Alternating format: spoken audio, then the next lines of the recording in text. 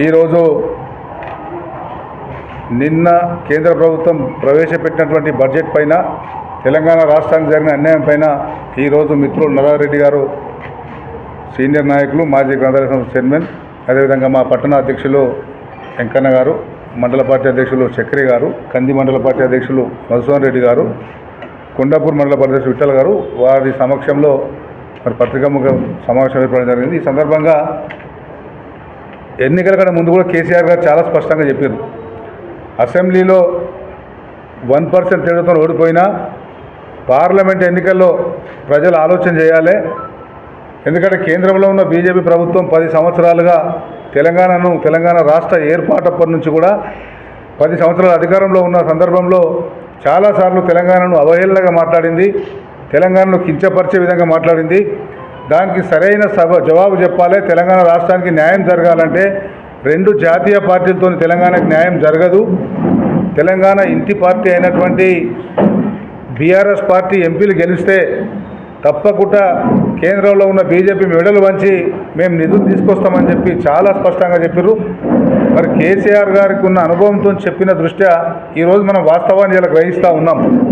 BRS party ఎంపీలు ఒకరు కూడా లేని కారణంగా ఈరోజు మరి కాంగ్రెస్ 8, బీజేపీ 8 మంది ఎంపీలు గెలిచినా మరి గుండు సున్నా అంటే ఒక్క రూపాయి కూడా ఇక్కడ కేటాయించినట్టు నార్మల్గా వచ్చేటివి వస్తున్నాయి అంతే. కానీ ప్రత్యేకంగా మరి ముఖ్యంగా RRR గురించి 10 ఏళ్ల నుంచి చెప్తున్నటువంటి బీజేపీ కాంగ్రెస్ పార్టీలు మరి RRRకు సంబంధించిన అంశాన్ని కనీసం బడ్జెట్లో ప్రస్తావించకపోవడం నిజంగా మరి శోచనీయమైనటువంటి విషయం. మనం ఆలోచన చేసుకోవాల్సిన అవసరం ఉన్నది.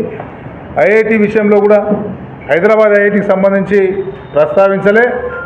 మరి మేము విద్యకు బాగా ప్రాధాన్యత ఇస్తున్నటువంటి ప్రభుత్వం, కేంద్ర ప్రభుత్వం మరి దానికి అసలు పరిగణలో తీసుకోకుండా అవసరం ఉన్నది.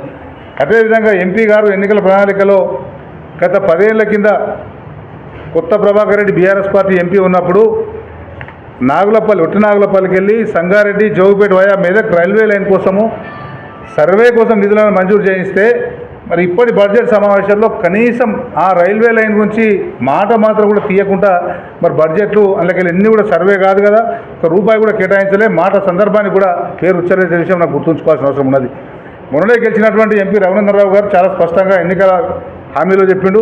తర్వాత సంగారెడ్డిలో సన్మానం చేసుకొని వచ్చినప్పుడు చెప్పిండు, నేను సంగారెడ్డి వరకు మెట్రో లైన్ కోసం కొట్లాడుతున్నా అని చెప్పడం జరిగింది. మనం కూడా డిమాండ్ చేసినాం. 2013-14లోనే బిఫోర్ ఎన్నికల్లో కాంగ్రెస్ ప్రభుత్వం ఉన్నప్పుడు మెట్రో రైలు కావాలని చెప్పి భారతీయ జనతా పార్టీ ఆధ్వర్యంలో మియాపూర్ దాకా పాదయాత్ర చేసినాం. తప్పకుండా ఇవ్వాలని చెప్పి డిమాండ్ కూడా మనం చేస్తే తప్పకుండా ప్రస్తావిస్తామన్నది. ఆ విషయం కూడా ఇక్కడ తీసుకున్న సందర్భం లేదు.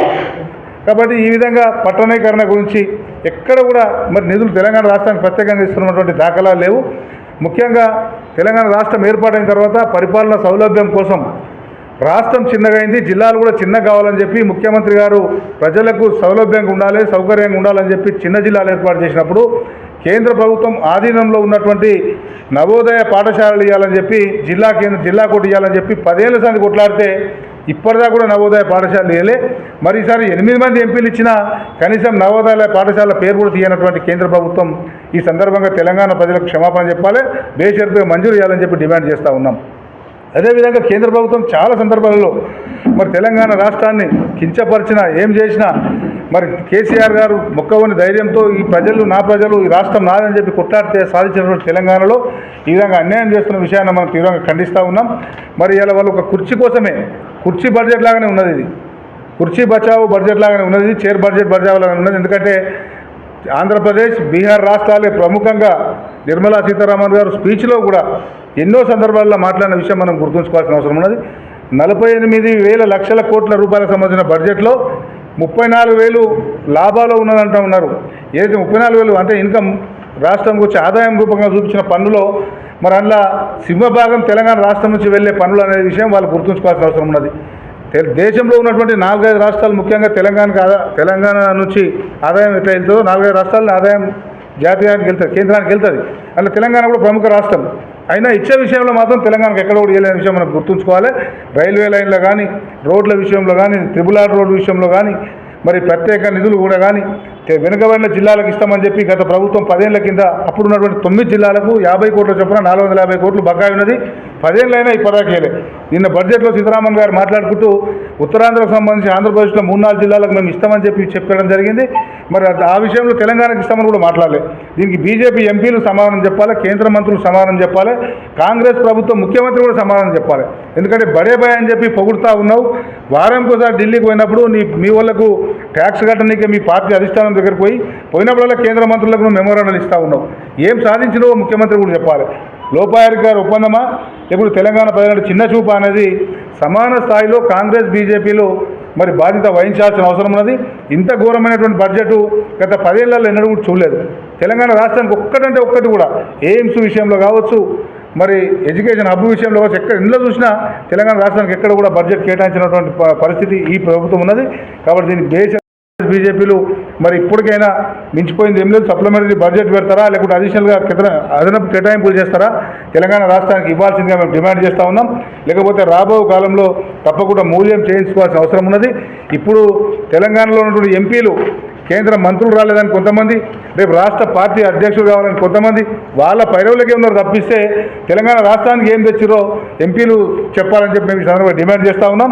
ఇప్పటికైనా సరే కేసీఆర్ గారు నాయకత్వంలో బీఆర్ఎస్ పార్టీ తప్పకుండా కేంద్ర ప్రభుత్వం మీద, ఇక్కడ రాష్ట్ర ప్రభుత్వం మీద పోరాటం చేస్తాం.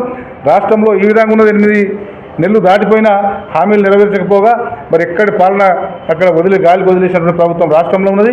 కేంద్ర ప్రభుత్వం వివక్ష చూపిస్తూ ఉన్నది. కాబట్టి తెలంగాణ ప్రజలు క్షమించారని చెప్పి కూడా ఈ సందర్భంగా హెచ్చరిక చేస్తూ ఉన్నాం. మరి ఈరోజు కేంద్ర ప్రభుత్వం ప్రవేశపెట్టినటువంటి బడ్జెట్ని ఒకసారి చూస్తే గతంలోని ఆనవాయితీనే తిరిగి కొనసాగించింది అనడానికి ప్రత్యేక నిదర్శనంగా కనబడతా ఉంది. ఎంతసేపు ఎప్పుడు చూసినా దక్షిణాది రాష్ట్రాల మీద వివక్ష, ముఖ్యంగా తెలంగాణ ప్రాంతం మీద వివక్ష చూపుతున్నది. మరి గతంలో నుంచి కూడా అంటే ఈసారి బడ్జెట్ ప్రవేశపెట్టినటువంటి దాంట్లో కూడా ఖచ్చితమైన వివక్ష, పక్షపాత ధోరణి క్లియర్గా మనకు కనబడతా ఉంది. ఇది నిజంగా తెలంగాణ రాష్ట్రాన్ని యొక్క అభివృద్ధిని అడ్డుకోవడమే అని నిస్సంకోచంగా చెప్పొచ్చు. గతంలో కూడా తెలంగాణ రాష్ట్రం ఏర్పడినప్పుడు ఎంతసేపు చీకటి రాజ్యంగా తెలంగాణ రాష్ట్రం కాబోతుందని వెక్కిరించిన మాటల్ని మరి అడుగడుగున అణిచివేయాలనే ధోరణి బీజేపీ పార్టీ నరేంద్ర మోడీ గారి అధ్యక్షతన జరుగుతున్నటువంటి ఈ బడ్జెట్ క్లియర్గా కనబడతా ఉంది. మరి గతంలో బీఆర్ఎస్ పార్టీ అధికారంలో ఉన్నప్పుడు అన్ని రంగాల్లో రాష్ట్ర ప్రగతిని ముందుకు తీసుకుపోవడంలో, అటు అభివృద్ధిలో కానీ సంక్షేమంలో కానీ మరి కేంద్రం నుంచే అనేక రంగాల్లో కూడా ప్రప్రథమ స్థానాలను దక్కించుకున్న విషయం తెలిసే. అది చూసి ఇంకా అక్కసుతో అప్పుడు నిధులు ఇవ్వకపోవడం, తిరిగి ఇప్పుడు కూడా మీరు ఎక్కువ సీట్లు ఇవ్వండి, బీజేపీకి ఎక్కువ నిధులు ఇస్తాం మీ ప్రాంతానికని మొన్నటి జరిగిన పార్లమెంట్ ఎలక్షన్లలో మరి ప్రచారం చేసి 8 సీట్లను గెలుచుకొని కూడా దేనికి కూడా ఒక్క పైసా నిధులు ఇవ్వకుండా సున్నాగా మరి తెలంగాణ రాష్ట్రాన్ని చూడడం నిజంగా ఇది వారి వివక్షతకి, తెలంగాణ రాష్ట్రాన్ని అణచివేసే ధోరణికి ఇది నిదర్శనమని చెప్పక తప్పదు. మరి ముఖ్యంగా ఆంధ్ర ప్రాంతానికి మొన్న మరి ఆంధ్ర ప్రాంతంలో అలయన్స్తో ఉన్నటువంటి ప్రభుత్వాన్ని ఏర్పాటు చేసుకున్న దానికి అన్ని కోట్ల నిధులు కేటాయిస్తూ మరి తెలంగాణ రాష్ట్రానికి నిధులు ఇవ్వకపోవడం నిజంగా ప్రజలంతా గమనిస్తూ ఉన్నారు. ఎందుకంటే రాష్ట్ర విభజన చట్టం తర్వాత 2 రాష్ట్రాలకు కూడా వెనుకబడిన జిల్లాలకు నిధులు కేటాయించాలని చెప్పి పార్లమెంట్లో చట్టం చేసినా, నిధులు ఇస్తామని పార్లమెంటులో ప్రకటించినా ఇప్పటి వరకు ఏమాత్రం నిధులు కేటాయించకపోవడాన్ని మేము తీవ్రంగా ఖండిస్తూ ఉన్నాం. మరి గతంలో చేసినటువంటి తీర్మానాలు ఇంతకుముందు సోదరుడు చెప్పినట్టు బయ్యారంలో ఉక్కు పరిశ్రమ కానీ, వెనుకబడిన జిల్లాలకి ఒక్కొక్క జిల్లాకి 50 కోట్ల చొప్పున నిధులు కేటాయించడంలో కానీ, ఈ విధంగా చూసుకుంటూ పోతే దేంట్లో కూడా నిధులు కేటాయించకుండా కాజీపేటలో రైల్వే కోచ్ ఏర్పాటు కానీ,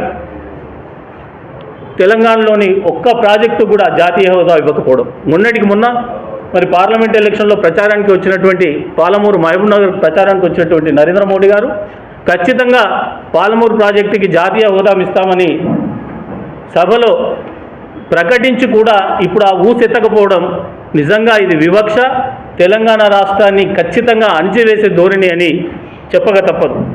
మరి ముఖ్యంగా దీనిపై 8 మంది ఎంపీలు ఉండి 2 కేంద్ర మంత్రులుగా ఉన్నటువంటి కిషన్ రెడ్డి కానీ బండి సంజయ్ గారు కానీ మరి దీని మీద మాట్లాడకపోవడం, తెలంగాణ రాష్ట్రం తరఫున నిధులు తెచ్చేందుకు ప్రయత్నించకపోవడం నిజంగా ఇదంతా ప్రజలు గమనిస్తూ ఉన్నారు.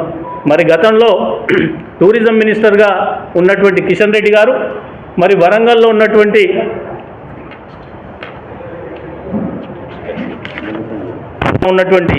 రామప్ప టెంపుల్ కానీ మరి అక్కడ కూడా అనేక కట్టడాలకి యునెస్కో గుర్తింపు వచ్చి ఉన్నా ఆయన కేంద్ర మంత్రిగా ఉండి కూడా అనేక సార్లు చెప్పిండు, నేను ప్రత్యేక నిధులు పెడతా, అభివృద్ధి చేస్తా అని. ఆయన పీరియడ్ గడిచిపోయింది.